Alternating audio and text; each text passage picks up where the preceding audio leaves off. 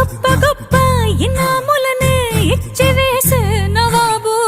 నన్ను మాత్రం చిన్ని చిన్ని ముద్దులడిగే గురువు